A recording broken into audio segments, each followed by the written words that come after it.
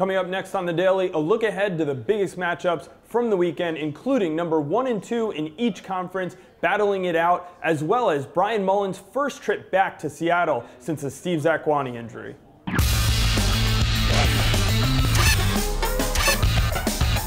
Welcome to The Daily for Thursday, April 12th with Andrew Wiebe. I'm Jason Seguini. We're gearing up for some huge matchups this weekend, including Real Salt Lake headed to Kansas City, the number 1 team in each conference, and the number 2 team in each conference also going at it, San Jose headed to New York. But first, before they get into the action over the weekend, Andrew, there's actually a very tight race going on right now for the goal of the week. Yeah, a lot of head-to-head battles there. Almost 4 guys with equal percentages. Unfortunately, Alejandro Moreno is not in the running there, but Thierry Henry, Chris Wondolowski, Alan Gordon, and Alvaro Sabrillo are all neck and neck in goal of the week.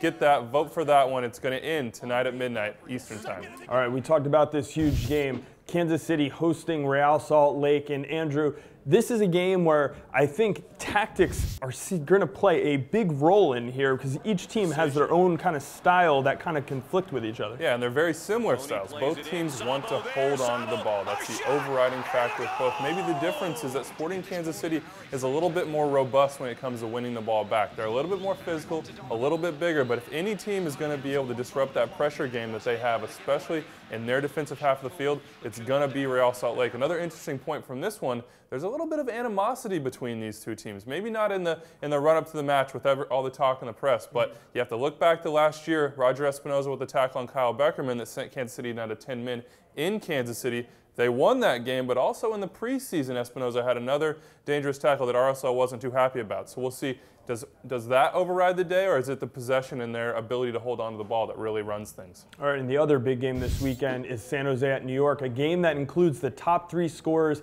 in the league right now. The guys on March to the Match yesterday had San Jose Earthquake midfielder Sam Cronin on to talk about the game. What's your take on this one? Well, it's going to be an issue for San Jose. It's looking like those 2 big target forwards that really complement Chris Wondolowski and put him in a position to finish the ball. Linhart and Gordon, questionable hamstring issues for both. So if one of them plays, that really ups the ante for San Jose. But I think you got to give the advantage to New York right now. Thierry Henry and Kenny Cooper are just on fire.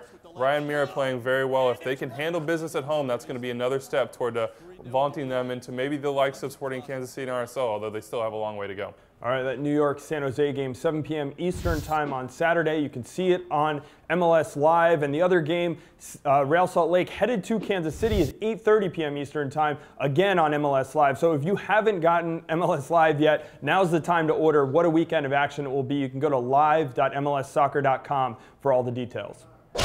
Well, other than the marquee matchups that we just talked about, there are plenty of games that are going to shake up the standings. A lot of West versus West, East versus East matchups, and one of them definitely stands out. That's Colorado heading to Seattle. Of course, Brian Mullen has not been back to Seattle since that tackle on Steve Zakuani. So what are you expecting there from the Seattle crowd? Well, I think it's kind of a toss-up. Will they take the advice of certain columnists there that advise to turn the other cheek to, go the way of Steve Zakuani? And, he's forgot about it. Is it time to maybe not forget, but forgive and move on and understand that that was an unfortunate incident that nobody can change now? I think you've already seen the effects of the Steve Zakuani tackle. You see guys like Shalrie Joseph being suspended from tackles from behind. So we're kind of in a mode where that thing's getting changed. I hope that they can move past that, but you never know.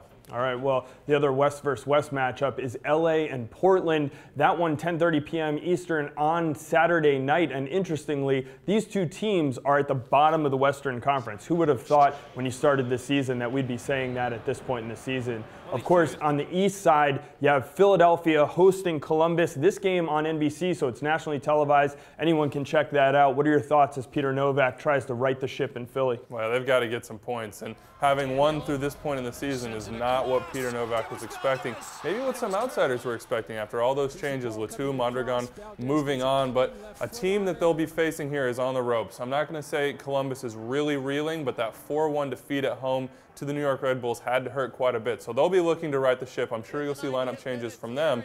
Can they get it done against the Philadelphia side that's going to be desperate at home? And 2 more Eastern Conference matchups. The New England Revolution, without Shalrie Joseph, you mentioned, will be hosting DC United. And then the Chicago Fire on Sunday will be hosting the Houston Dynamo. So plenty of shakeup could happen in the standings come Monday. Plenty of big matchups on the field this weekend in MLS, but there's also a big matchup in the Extra Time Radio Experts Fantasy League. Andrew, number 1 and number 2 going at it. Yeah, number 1 right here, I'll give you your due, and I'm sitting at number 2 trying to give you your first loss while I avoid my own. But apart from us, I'll give some general fantasy advice. Of course, make sure you get your team in on time. That's always a big issue. This week, Saturday are the first game, so that's your deadline. Second thing, take a look at Ben Jata's piece on the sideline from this week. He talks about the mix that makes up the most successful fantasy rosters. And it's not what you would think it would be. I think most people are looking at their midfielders and forwards as the guys that really give you those points to put you over the top. But if you look at the team, the best team over the course of the year, the one that would give you the most points, 5 defenders on that one. So take a look at your mix, make sure everything adds up. All right, I'm not giving any fantasy advice because I don't want to help out any of my competitors. Selfish. All right, a couple other things that I do want to point you to on the site. Between the Lines is Matt Doyle's, the Armchair Analyst piece on the near post run. Very interesting take on tactics from Matt Doyle. Yeah, something that you need to check out just to see what makes a successful forward in the MLS and what makes a successful partner. Because if you look at a lot of the guys that are putting in the goals right now, they're the ones benefiting from those front post runs that draw the defenders.